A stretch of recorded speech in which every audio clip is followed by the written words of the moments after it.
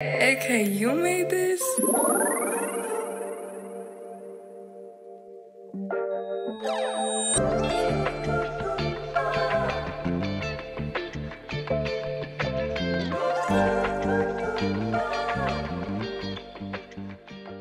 What's up with everybody, man? I'm your host, Ivy, and you're sparking up with VANSNWEED. Make sure you like, comment, and subscribe, and hit that post notifications button, man. Today we got LaRussell outside with us. Come on. On this beautiful afternoon, man. Come How on. you doing? Lovely. Lovely. Grateful. I got food snacks. Yeah, you ain't hungry, Dubbo? Okay, so first and foremost, shout out your social media and tell the people where they can find your music and any other businesses you have. LaRussell, LaRussell. I own Good Company as well, GOODCOMPEENNY. We on YouTube, Spotify, Tidal, Twitter, Instagram, Go everywhere. check that out. For sure. So before we talk about what you have going on currently, let's take it back a little bit. So we know you're from Vallejo, but can you tell us about your early years and how they growing up in the V molded into the man you are today? Man, the V, I'm everything I am because of where I was, you know, like definitely no particular, very hyper normal childhood. You know, I grew up with both my mom and pops, and you know, the lower class neighborhood, and you know, all the homies around. We spent a lot of time outside and chilling. All my sisters and all the neighbors' kids used to be outside Regular playing shit. kickball, hooping. You feel me? Some regular shit. Okay. So if you could describe Vallejo to somebody that's never been, what would you say? Special, unique, one of one. Very, very unique. You know, Vallejo is a very tiny, tight-knit place. Like, you know, damn near all of us went to school together. The elders went to school together. Like, it's a very small place. Yeah, hyper unique. You know, I feel like if you're from Vallejo, you have a specific energy about you. Like, there's just something in the water, the culture.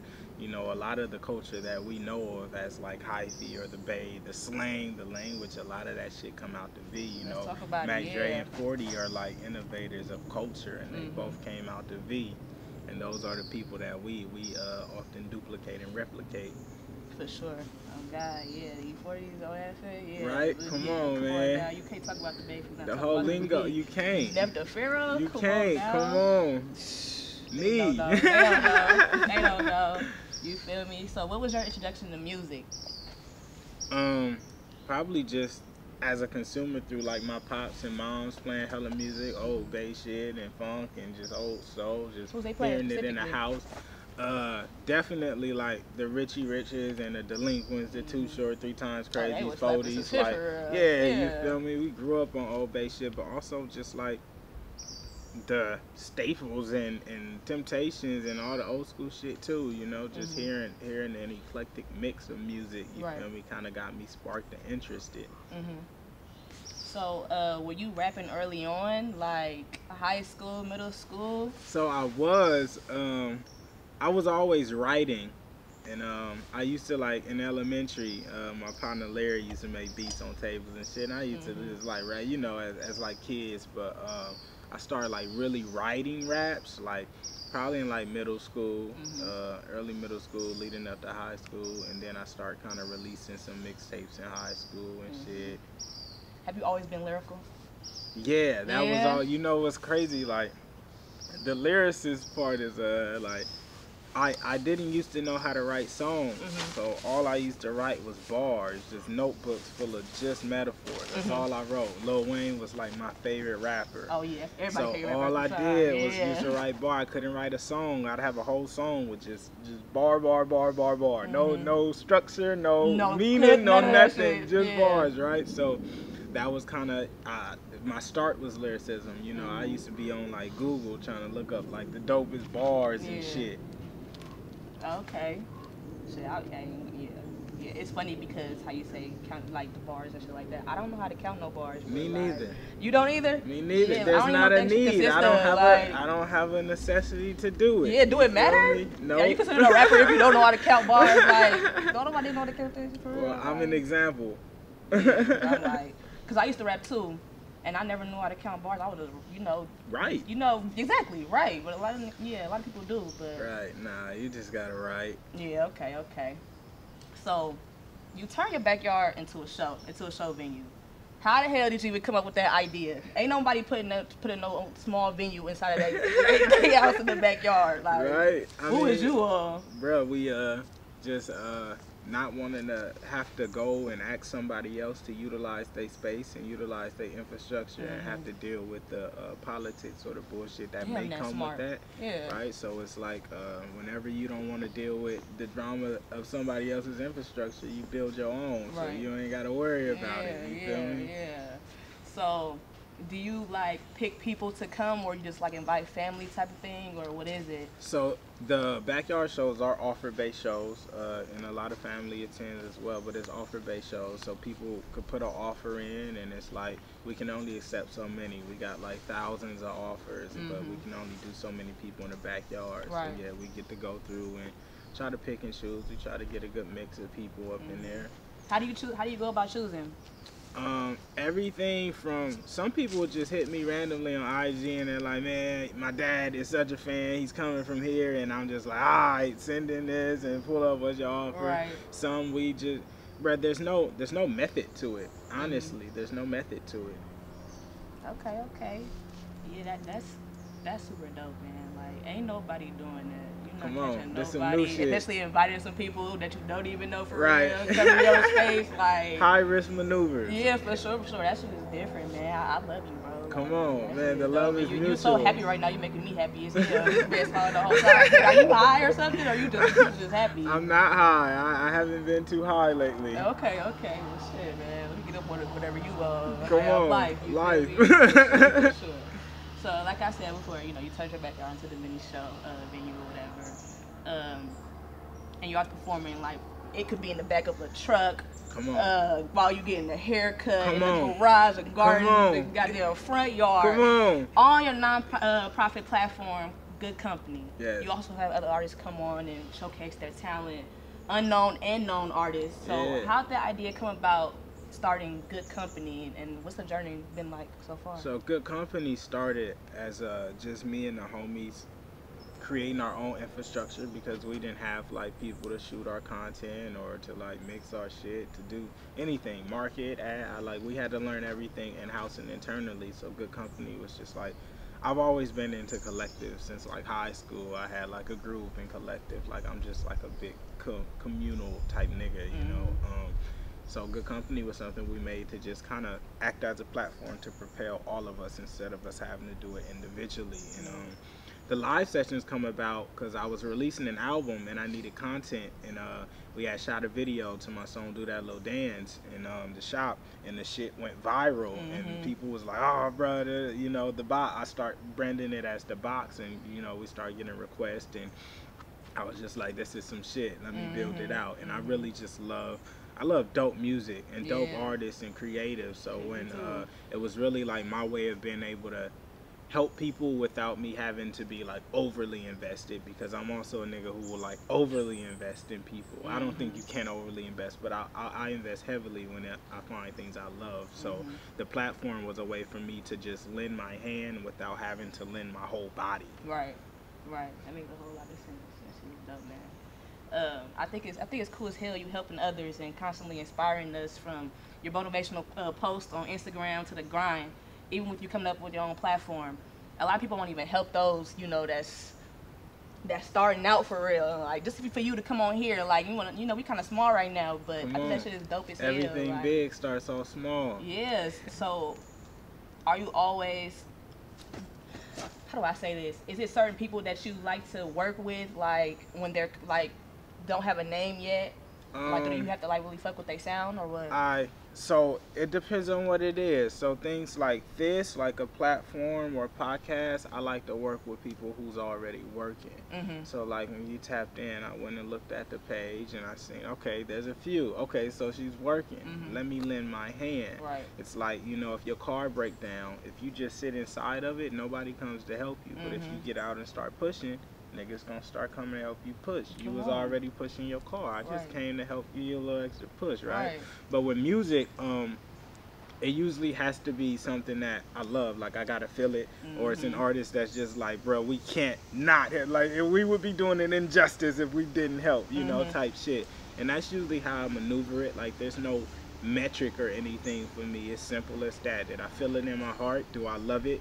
Is it something incredible, or are they doing some work where it's like, let's go lend our hand, you feel me? Right. Yeah, that's dope as hell, man. So shout out you for doing the work prior, you feel me? Like sure, shout out for you sure. for building it. We can only come to it because it's built. Man, I hella appreciate it, man. Like I got LaRussell on this motherfucker. Do Come not on. play with me, my boy. Do not Stop play playing. with me. You know, man. So before Day in Vegas was it canceled? It was canceled, right? Yeah, it got canceled. For unknown reason, I don't know. You feel me? But you were scheduled to perform at the festival alongside other big names in the industry. Big ones. Man, how did that feel to get asked to be a part of that? Man, that shit felt really incredible. That was definitely a win just to be considered. You know, I think J. Cole was on that lineup and SZA. Like those are stars. So to be like in mutual company and know that I'm held in that regard is incredible. Because sometimes we look at metrics and followings and it's like, you know, I don't have as big as a following as some other artists, but I'm getting the same looks. You know, I'm getting valued in bigger spaces. So it was dope to be in a position where the metric didn't matter and it was like, no, you're here because you're that nigga, you feel me? So it was really cool. That shit is so big, man. Like, right? Like, does it feel like surreal at some moments when you get to do certain things? Like, every day. Yeah. Every day is crazy. Every day is crazy. You know, it's I'm grateful to be like in demand and someone that people take to and want to interview and want to bring on the things. You know, we had a time when there wasn't that. You feel me? So it's really beautiful. It's surreal every day. Shit crazy. Do you feel famous yet? I don't. You know? I mean, sometimes it depends on, right? And that's a new thing for me. Like, it depends on where we are. Like, some places, it depends on where we're at and how much is happening. It's like, okay, we are somebody. But I'm at home a lot. And even at home now, it's becoming like more of a thing. But yeah, you know, fame is just something I've always looked at one way until I got to experience it. And yeah, it's a very interesting concept. Yeah, I bet. So many random people like coming up to you. Have you got that a lot yet? For certain, for certain. Oh, that shit feels so good. Like, you know me for real? Like, what? Yeah, that's dope. That's dope for real. So the Instagram reels are definitely going crazy. Come on. You post every damn day. Come on. What we doing? How important is it to put yourself out there consistently as a creative, and what advice would you give others about self-promotion on social media? I think it's extremely important, and if you're not screaming every day trying to tell people how great you are or what you do or promoting what you do, then you're doing yourself a disservice. Right. You feel me? I was just telling one of the homies, I was looking for outdoor furniture, right? Because we built a pergola and I never had to look for outdoor furniture. So I'm looking online and I found a company called Living Spaces. And I'm like, why the fuck do I know this name? And that's because they got that commercial on the radio. I've never been there, but they promoted they shit every day. I used to hear it every morning on the radio. They promoted every day. And what that does is when it was finally time for me to go look, I went to them first because I was familiar, because them niggas been pushing that line that whole time. So it's like, that's what we doing with this. Like, you might not be a LaRussell fan the first time you hear it, but by that 100 posts, you might be like, all right, I gotta go with this nigga, right? But if you're not giving yourself them type of chances, imagine you a baseball player and they tell you, man, you gotta hit a home run, and you only give yourself 10 chances to hit a home run. You lowering your odds. I give myself 1,000 chances a year to hit a home. I'm gonna knock this bitch out the park on one of these, right? You feel me? You gotta give yourself them opportunities to hit it out the park. Yeah, you definitely motivational as hell, man. I don't be seeing people post multiple times a day. Nah, you posting like 3-4 times a day. Come on, I look at this shit like commercial. It's like buying ad space. You ever watch a fucking certain TV show or on YouTube or Hulu and the same ad keep coming up? Yeah. Like, bruh, what we doing? What is it? What we doing, you feel me? If you don't click now, eventually you will, but it's like you have to give people that opportunity and that chance. Right. Like the General Now commercial. Right. They're like, we know the song because we've seen it so many times. Yeah. You're not lying. I ain't gonna lie. Okay. Yeah, that makes a whole lot of sense. Come on. Get your content at it's time. Come on, you gotta think, bro. You do interviews, so look, every interview you do, you should be able to go in and find 5 to 10 pieces out of that one interview. I'm gonna give you gems. So this interview, you could cut up 10 different pieces, and that's 10 posts from one interview. So if you got 10 interviews and you cut 10 pieces out of each, you got 100 posts. Okay, drop them gems then. Let me know. Come where on, we at? Come on. Free game. I appreciate it. So we start like come on. It's simple as that. Like you keep on repurposing your work so you can extend it. Give it a longer life. Because why not, right? Why not? You ain't heard nobody but you if you don't. Yeah, for sure. So you recently met with Diddy. Yeah. What was that experience like? What y'all talk about, man? I'm all in your business. It was beautiful, man. It was great to see. It's always great to see your idols be human as humans. I think that's why we have heavy scrutiny and judgment towards like celebrities when they do shit, because we don't often get to see them be like human, or we don't get to see our heroes without their capes. And meeting Diddy was like a great moment for me because I got to see the hero without the cape, just kind of being human in his own space, and it was really beautiful, really insightful for me. Yeah. How the hell did you meet Diddy, man? Diddy tapped in because the motion. That's what I'm saying. You feel me? Like when the motion is active, they got to. They got to. Right. That is dope, man. Diddy. Right. That's a different. Right. That's some new. You give me hope. That's some new. You know, the Diddy's and the L.A. Reeds is like, for me, was like moments because like I'm from the Bay, and I know a lot of artists from the Bay haven't got to get in those rooms or reach those doors. So for us, it's like these are milestones that we get to add to the list. Like, you know, for a long time we didn't have anyone from the Bay that people put on this list next to the Kendricks or the Coles or the Nas's or the Pacs. Like we've been very excluded from that in terms of just like lyrical ability and content. You know, when you ask people who's their top 10 hip-hop artists, like you don't often hear any reference to the Bay on there, right? So to be able to get in that space finally on a mainstream level, like I'm from the Bay, but we're operating on a level where the world is accepting Bay music, you know? Everybody is accepting of it. So it's some new shit. Yeah, they a little late though. Come on. You feel me? How'd you find it? How did I find it? I don't even know. Think a friend. Beautiful. That's the best way. I think a friend. That's the best way. Yeah, you know, because we just sharing so much shit all the time. Right. Put me on. I'm like, oh shit. You know. Right. Man, that's the best way for your shit to get out. For sure. So let's talk about that Breakfast Club freestyle. Come on. First of all, everybody listens or watches the Breakfast Club. Right. So for you to be on there as well as the LA Leakers going crazy is not only big for Vallejo but big for the Bay. That freestyle is when I instantly became a fan. That African nigga in the European. Come on. Coming on the European shit. I was like, nigga, stop that shit. Who the hell is that? Run it back. Run that shit back. So to be on these big platforms where we seen greats really be lyrical and talk that shit for real, how does it feel to be a part of that?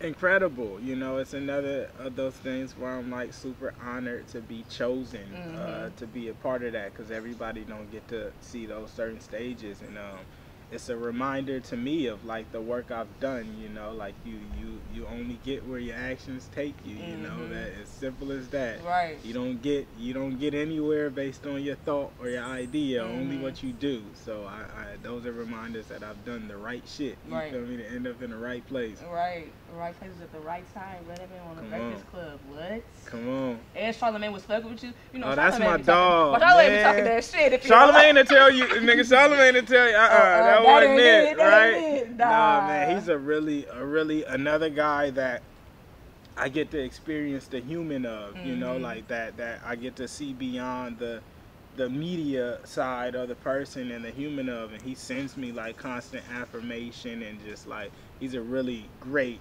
being to just be associated with. It's really dope meeting these people and seeing like, you know, who's real and who's not. You know, it's a lot of smoke and mirror, but he's a really genuine person. That's what's up, bro. They be hating on Charlamagne. They be hating on Charlamagne. You know, Charlamagne get a lot of hate because we've had to witness him be human. You know, and like people, and he's grown from that. And you know, the one thing like people hate is to see you do better, especially when they ain't doing better. You know, but it's really dope to witness. It's really dope to witness, like his growth. We've got to see publicly him go from saying some crazy shit to the level he is now, and speaking about mental health and just affirming niggas. Like that takes a lot for black men to be able to tell other black men they love them and they proud of them and affirm them. You know, that's some shit that we don't experience. If you a nigga, you could go your whole life without getting that. You feel me? You never get your damn flowers. Never. You'll be deprived your whole life. You're not lying. You're not lying. That's a fact. For sure. So like I said, Charlamagne, he a tough critic, but so is Ebro. Even he said he fucked with you. You know, that man is a hard ass critic. He gonna say whatever. Like, man, shout out Ebro. Niggas leave their interview because this man was talking crazy to them. Right. You feel me? Man, Ebro bought a gold card. You know, he invested early and really supported the movement and the motion. Like he bought a gold card for a significant amount. Like he was one of the first people to show me. Like I was like, okay, this idea is something. You know, like when you get somebody to really invest in your shit, it makes you like, okay, you know, I'm doing the right thing. So, man, shout out. And Ebro's from the Bay. You feel me? From the Bay? Yeah, I think he's from like San Jose or some shit. Yeah, he's from the Bay. San Jose, is that the Bay though? Hey, man, we gonna give it to him. Hey, Ebro's from the Bay, man. Ebro from the Bay. Okay. Come on. But not even just him. You have people like Kaylani the Game and Chance the Rapper show love. Yeah. Like, you don't think you famous, bro? What? I think you're famous. I think you famous, bro. You're famous, bro. For real. Come on. So you talk a lot about being independent. Are you planning to stay independent, or if like the right opportunity presents itself, you'll sign? Yeah. Go ahead. I'm not opposed to signing. I think my independence will always remain just in the fact that we're just true independent. Like I do everything. So even sign, I do everything. We still be independent. It's just a different type of partnership that's structured around it, right? But I'm not opposed to doing a big deal and going with a major if it makes sense. It's just we happen to get offers that do not make sense. Like they don't make sense, and the people don't understand what we're actually building, and that's reflective in the offer, you know. But if we could find a partnership, you know, Wendy Day is always like, I'm not against doing deals, just bad deals. And, you know, I think that's a great statement. Is that me? You? Oh, is it you? Is it me? No, it me. Is it? Oh, no, it's definitely me. I'm sorry. Fired.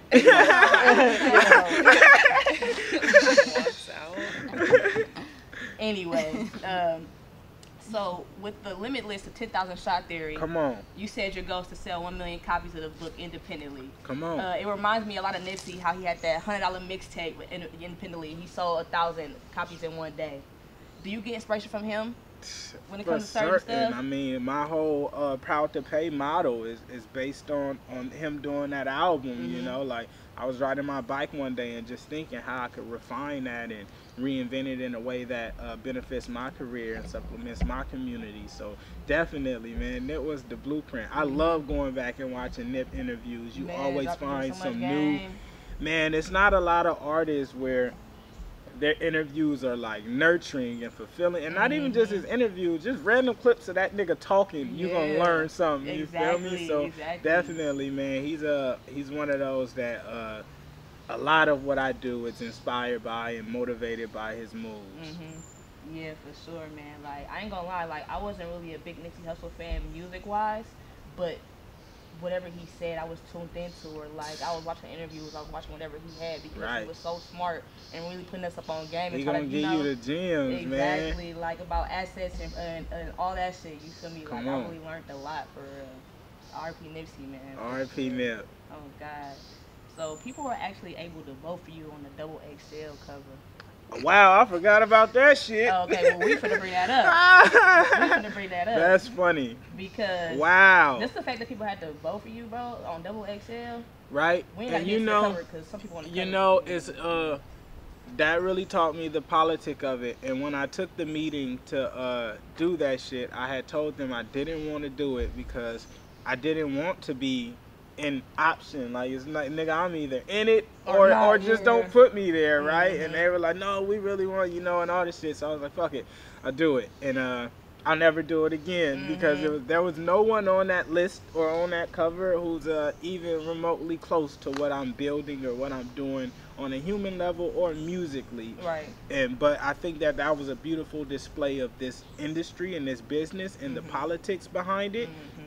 Cause it ain't no way in hell any nigga with ears was in that meeting and was like, that, you feel me? Let's like talk about 10 people, you can't find that. That's just impossible, right? Come on, man. That's a political agenda. That's cause somebody's putting money in here, right? Yeah, so it was a very insightful thing to experience and witness, and it was like, okay, this is what I thought it was. Right. So it was dope and it was dope for the people to be able to see, because sometimes we get those lists and they get to the 10 and it's like, okay, but this was a time where everyone's seen like, no, there's no one on here who's out rapping this nigga or out businessing this nigga. This doesn't make sense, right? So sometimes you need those things to happen so the world could kind of see, bro, this is a little interesting, right? And who's going to explain it? No one. Man, they covered Ben on some... I told them that in a meeting, like, you guys haven't had credibility in a minute, in a long time, bro. But that's the reason why. That's exactly why. Sometimes you lose credibility once you have a price on you and you're able to be bought. You feel me? Like, all that shit is just marketing and ad space. You'll notice whatever artist is about to drop an album, that's who's gonna end up, near that list, and the labels try to push their agenda, and it's like, let them do their thing. That's their shit. That's why we build our own infrastructure, so we don't have to rely on their shit to give us looks. You feel me? Thanks, yeah. Whatever, though, man. Fuck them. Come on. I was just saying because of Double XL that you got on there, the fact that they was on it. You feel me? Right. That was, But that baggage claim. Come on. That shit so Bay Area. Come on. Right. That dance, I be like, what? Oh my man, like, bro, it's beautiful to have that song take off because it's like the bass sound doesn't get mainstream love, and they slap that shit from Africa to the east to the west. You feel me? The bass global, nigga. We saying yee worldwide, like that shit. That's a beautiful song to have taken off.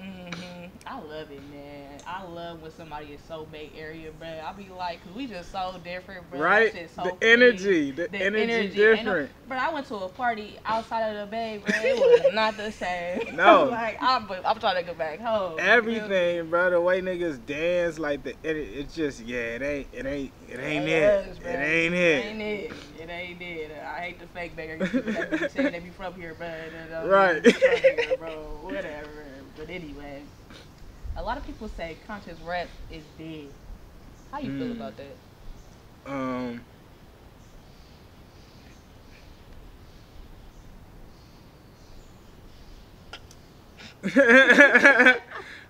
I think it depends on who's saying it. I think in the terms of like exposure, kinda, because what we hear on the radio doesn't often have a conscious aspect. Like I had tweeted a little while ago, there was a time when we was hearing Jay-Z, Nas, Lauryn Hill, Outkast, all on the radio at once, and all that was conscious rap. Like they wouldn't label it conscious, but I feel like any nigga who's conscious, who's rapping, is making conscious rap. Like I don't call my shit conscious rap, but I'm conscious and I'm rapping, so you can call it that. But now we don't often get that on the radio, so it's very you have to go find nurturing versus it being fed to you like it used to be. Like back then, you didn't have a choice because it was gonna play on the radio. You're gonna hear Lauryn Hill, that thing on the radio, and you're gonna learn something today. You're gonna hear Nas, I Know I Can on the radio, and you're gonna learn something today. But now it's not being fed to it, right? Man, you'll listen to the radio and get dumber. Like that's just what it is. You feel me? You're not getting nurtured. You're not getting nurtured. You feel me? It's not filling you. So I don't think it's dead at all because I'm alive. But you know, it's just it's more of a pursuit to get to. Like you have to want it. If you want to hear it, you have to go get it. You gotta go look for it yourself. They're not gonna give it to you no more. They're not gonna give it to you. I feel like it's the same way with TV shows. You know, back in the day, they had a different world. It's really teaching us stuff. Right. You know what I mean? Now reality TV. Bad Girls Club. You feel me? I watched that shit. You feel me? It's like that, right, because it's entertainment. It's entertainment, but really though, I miss the college shit. Like not even on no grownish, but like I feel like a different world was really black. Right. And really, you know, really relative, right? Really relative. For sure. Damn. Just gotta go look for it for real. You gotta, if you want it, if you want it, you either gotta go look for it or you have to build it. Yeah. Those are the two things that I've settled on. You feel me? It's either you gonna make it or you gotta go find it. And if you can't find it, make it. Right. It's the only way at this point. That's why you made the podcast, exactly. right? Just so because you feel me, I ain't had what I wanted, so I had to go create it. Come on. For sure. So I love seeing the behind the scenes work, from the rehearsals to the merch shoots, or just you just working. Do you plan on to continue to show your life the bigger you get?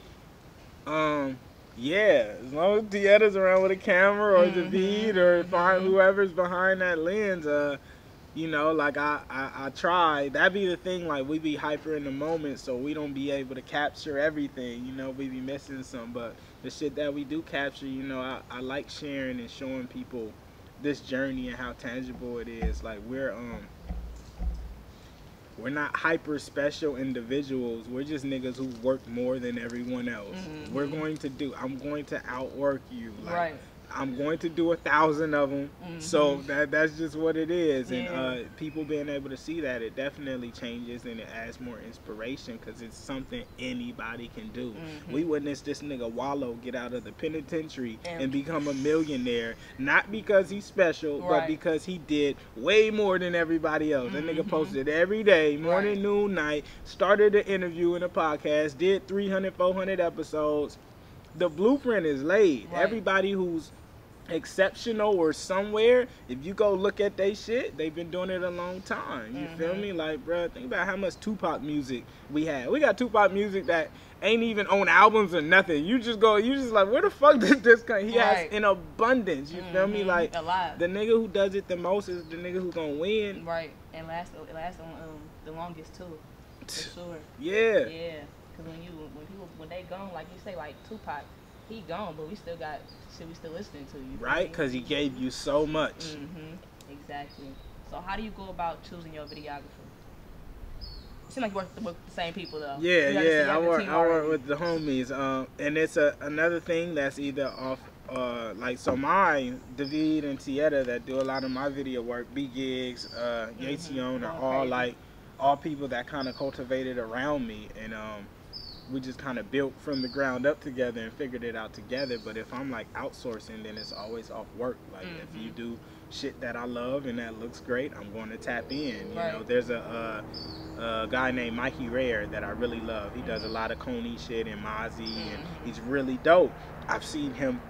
I just keep seeing his work, and it's like, all right, come on, we got to get it in, right? So that's really the best way for me with anything. Whoever's doing the work, that's who I'm attracted to. Right. That's a fact.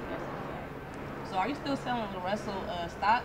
And can you explain that for those that don't even know what it is? Of course, I'm forever selling LaRussell stock. So basically, it's allowing supporters, fans, family, people, whoever, to buy a stake in their favorite songs or their favorite albums, or not even song or album specific, just in me. Like, if a nigga who just believe in me may not have a specific song, and just like, bro, I just want to have a piece of what you doing. You know, and we allow people to do that, and it's another offer-based thing. You make an offer, and we look at it and say, I don't really feel comfortable with that, or I do. And then basically through our distribution, we're able to allocate percentages. So every time we get paid through the month, you get paid with us, and you get a dividend. And as that song grows, the money grows. You feel me? So one of those songs, like there's a few people who have a stake in baggage claim, and they got in early. Some people got a free stake in it because we gave away equity. Those people are seeing, you know, okay, this is turning into something. You feel me? So it's just man, sharing this wealth and sharing the equity. You know, you got 100 pieces of a pie. You could either eat all that shit yourself, or you could give it to people to eat with you. Right. That's so smart. That's so different, man. Like I never heard of that before. People actually doing that. It's some new shit. Right? But you gotta think, like, the white people been doing it forever. Like they Nike, they sell stock in their companies and shit. Like, why not? Why wouldn't we? Right? And it was like, this was something I was already doing. I was already splitting the pie with the homies and with my daughter and with my family. So why not allow the people who play my shit every day to get in on that too? Right. That's what's up, man. So, how important is it to have a team? Because it seems like your team is all the homies. They all with you. All got their own jobs. So how important is that to have? It's very important. It's very important to establish a team, because it'll get to a point where you know, you keep growing. It always gets to a point to where, like, there's more that needs to be done than you're capable of doing, you know, in a timely manner, right? You know, so I think it's very important to have a team, and not just a random team, but like a team of people that believe in you, believe in your mission, or, you know, actually care about your values and what you care about, or actually want it, you know. Like, that's the thing with building a team too. Like, everybody may not want it, and that's a thing that you got to have heavy, because but there's different roles for different people, and you got to learn how to assign people to specific roles. But I've always been a community nigga. I've always had a lot of people around me. So for me, it was just like, hey, can you do this for me? Can you do this for me? I was already in motion. I was already going to do it by myself. But since you here, nigga, you might as well, right? You feel me? See, behind the camera. I was going to hit the button, but since you here, right? You might as well do it. And through that, you just begin to cultivate and build a team naturally. Hell yeah, man. For sure. I'm definitely looking for my team right now. It's coming. You ain't even gotta look for it. It comes to you. You never had to look for it. It's like the draft. They don't go looking for a team. When you great, the team come looking for you. You feel me? You attracted. It's gonna come to you. Right. I'm learning from today too, for sure. Come on. So I just want to say I love how normal you are, man. This man performs in Crocs, sweats, so normal, and you doing numbers and really on the rise to real fame. It's really inspiring and make me, and I'm sure a lot of others, want to go harder as well, because it's like, damn, look at this dude that look like us. Come on. Really doing this shit, you feel me? Come on. That shit is so dope, man. Like, hyper regular. I'm pretty sure you can have a chain right now. You can have this and that. Come on. You, bro. That shit is so dope. I appreciate what makes you want to stay, like, you know, just chill, like comfy vibes, right? I mean, I don't have to think about it. That's the easiest thing. So we've been talking about, like, convenience and how people operate on convenience. It's convenient for me to just throw my Crocs on and my shorts. Like, that's the easiest thing for me to do. I don't have to think about it. I don't have to do extra. So for me, that's the choice.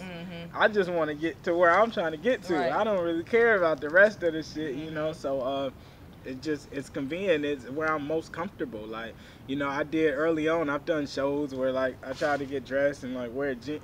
Man, that shit ain't it. You feel me? Especially for the type of nigga I am, the kind of show I put on, bro.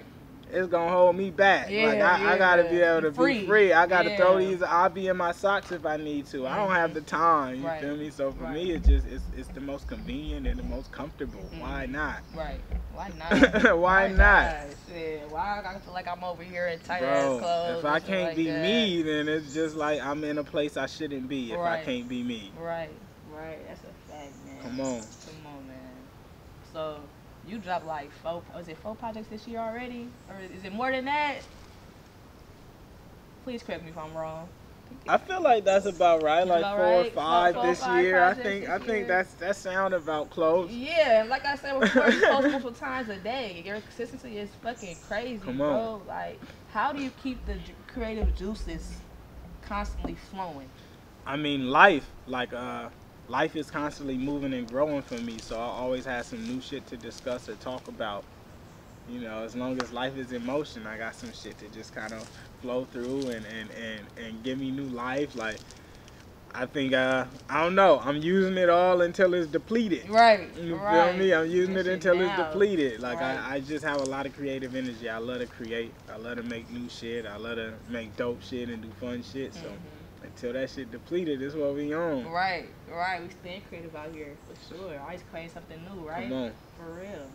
So, honestly, I'm waiting on that LaRussell and Larry June type shit. Sheesh. When is y'all gonna do a song, bro? Hey, like, man. I thought that should be so clean off a little Cardo beat or something like It's that. coming. It's Is coming. it coming for real, or are you just telling me? No, it's coming for real, man. It's coming for real. Yeah, man, because I just feel like I love Larry. I love his yeah, energy, I love right? his energy Very too. similar vibe, man. He's got it out the mud independently, and he's also got Vallejo ties. Right. You know, he went to high school in the V and got family out there too. So that it's just real? like, yeah, man. He tied in the area, man. The water. Yeah, come on, man. Come on. All right.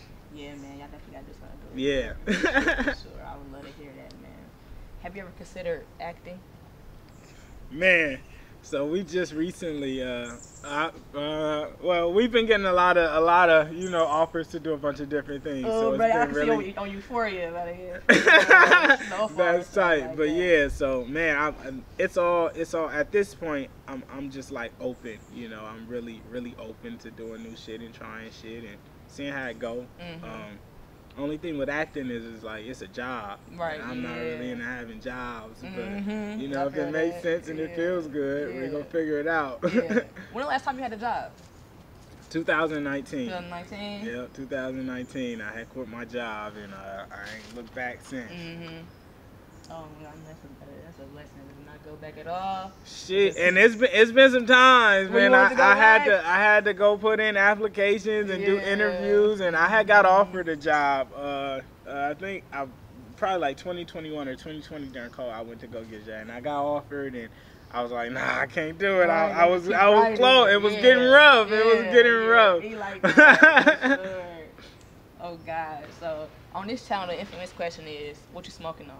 You're not smoking today. You're not smoking right now.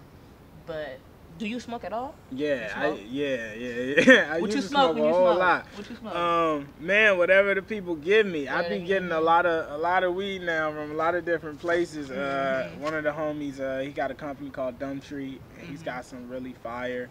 I used to love fucking Blue Dream. That was me and my mama favorite shit. Blue Dream. Man, that was me and my mama favorite weed. That shit used to get me there. Yeah. Right now, I've been I just got these they're like psilocybin gummies, like a mushroom gummy from Oops All Berries. Yeah.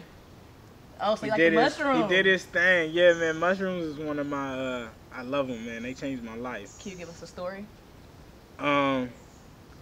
Not necessarily a story, but I mean, mushrooms are just very enlightening, very warm, very nurturing. Mushrooms feel like your grandma looking after you or something. You feel me? Like it just feels like very ancient guidance and wisdom and clarity.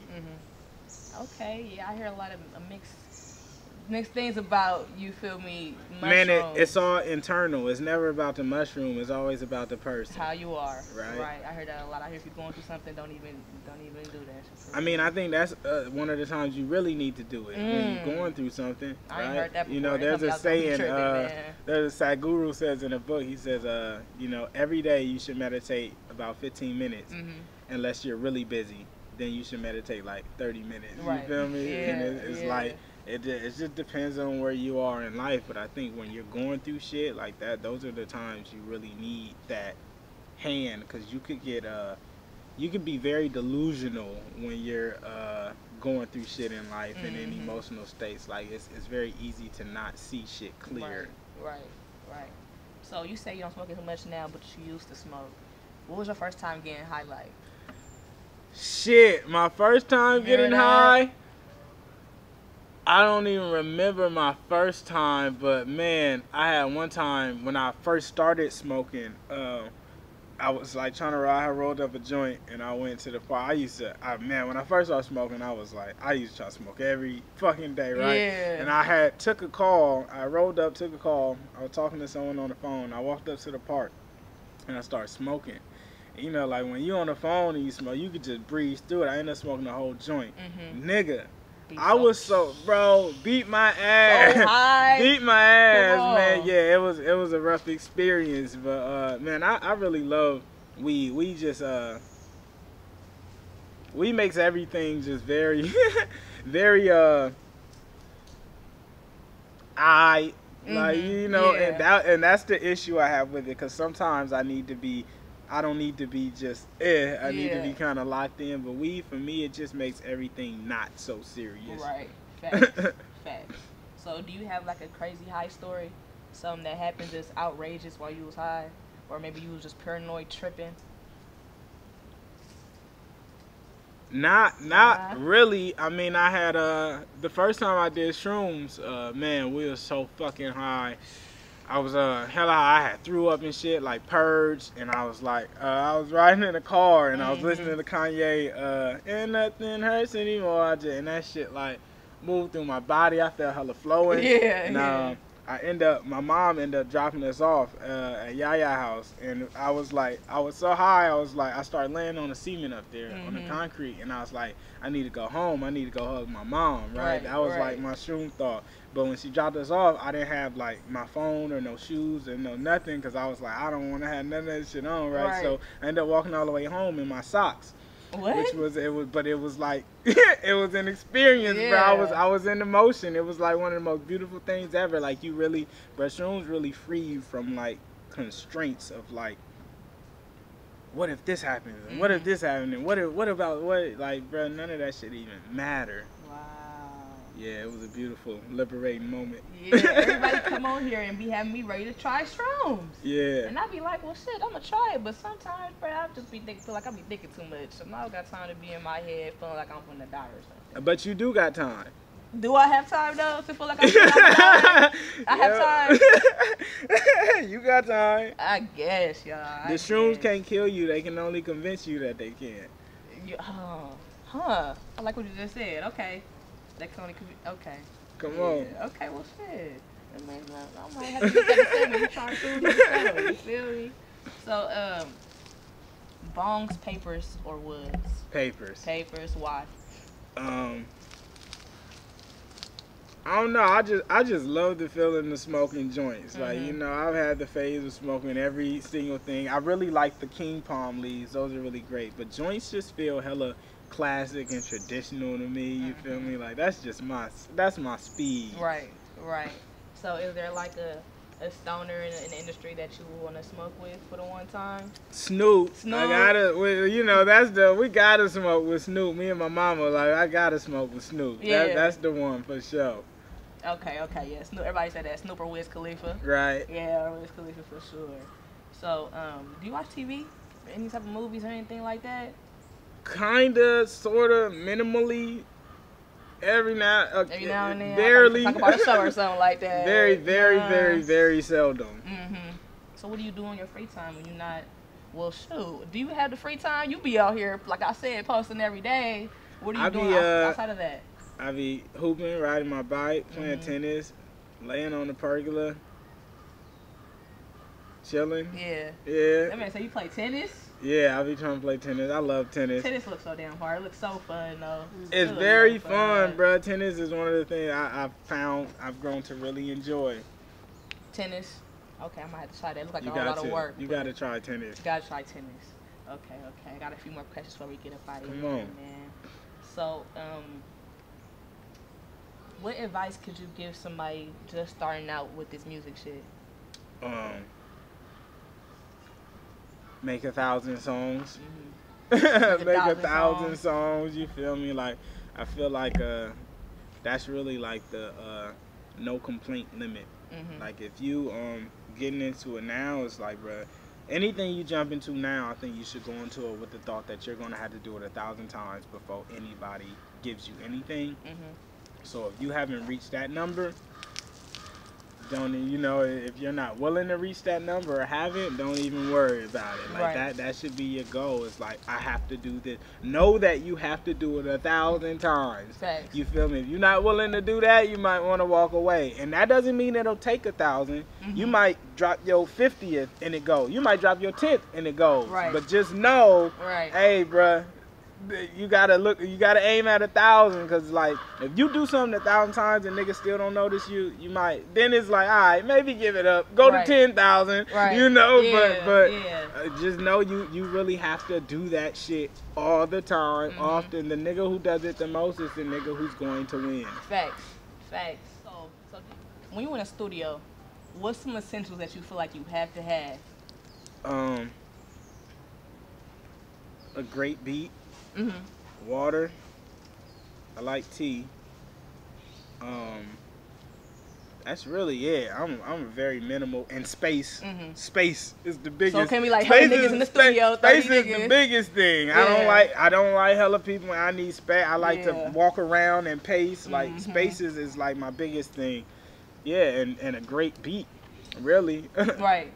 You freestyling or you writing? My process is a culmination of both. So you'll see me like murmur and freestyle a lot of shit until I get like the pockets and the rhythms, and then I write words to it, and just like a little mix of both. But I enjoy writing. Like since I was a kid, I've been a writer, like through poems and other shit. Like I just enjoy the art form of writing. Right. Yeah, me too, man. Yeah. I feel like you could really, with freestyling, you can only say so much for real. I feel like it's coming to you so fast, you're not really thinking about it too much. Right. So it's kind of like a lot of people when they freestyle, some shit don't even make sense. It don't be making no sense. Like, what does this man talk about? It's like the first thing you think about, and it's like, bro, you know, writing is you just being able to think about and craft what you want to say, like how you want to speak to someone and how you want to deliver a message. You know, it's like presentation. It's like giving a nigga a gift on their birthday and you just give it to him versus wrapping it up in all this gift paper and putting the bow on it. Like, it's just a grander experience for me when I write. It's me really wrapping the gift. Like, yeah, I could just give you the gift, but I'm gonna wrap it and I'm gonna put, you know, the extra on it. For sure. So what can we expect next from LaRussell, man? Man, I have no idea. You don't know?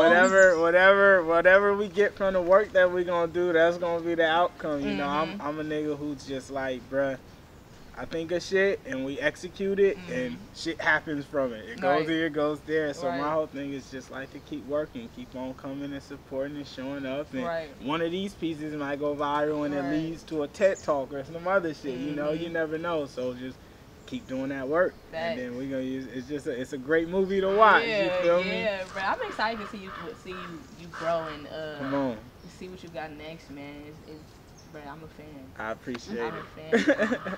This has been another segment of Sparking Up with VANSNWEED, man. Yeah. Episode 34. We got LaRussell 34. outside with us. Come on, that's work. Man. That's work. Thank you for coming outside 34. Once again. For sure. It was a pleasure. Beautiful. 34? 34. We out of here.